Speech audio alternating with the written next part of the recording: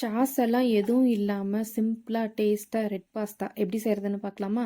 அதுக்கு ஒரு பேனில் பாஸ்தாவை வேக வைக்க தண்ணி ஊற்றிக்கோங்க.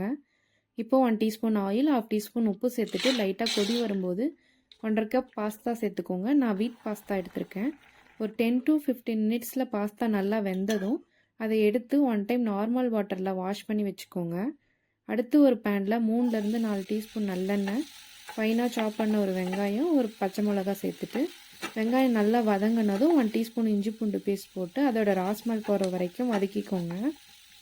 2 மீடியம் சைஸ் தக்காளியை அரைச்சி சேர்த்துட்டு கொஞ்சமாக தண்ணி ஊற்றி அதோட ராஸ்மல் போகிற வரைக்கும் வதக்கிட்டு 1/2 டீஸ்பூன் ரெட் சில்லி, கலருக்காக 1/2 teaspoon Kashmiri red chilli, 1/2 teaspoon pepper, 1/2 teaspoon உப்பு சேர்த்து மிக்ஸ் பண்ணிவிட்டு நம்ம வேக வச்சிருந்த பாஸ்தாவை சேர்த்து நல்லா மிக்ஸ் பண்ணிக்கோங்க.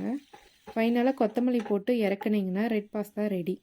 கண்டிப்பாக ட்ரை பண்ணி பாருங்கள், சூப்பராக இருக்கும். அப்படியே நம்ம சேனலையும் ஃபாலோ அண்ட் சப்ஸ்கிரைப் பண்ணிக்கோங்க. தேங்க்யூ.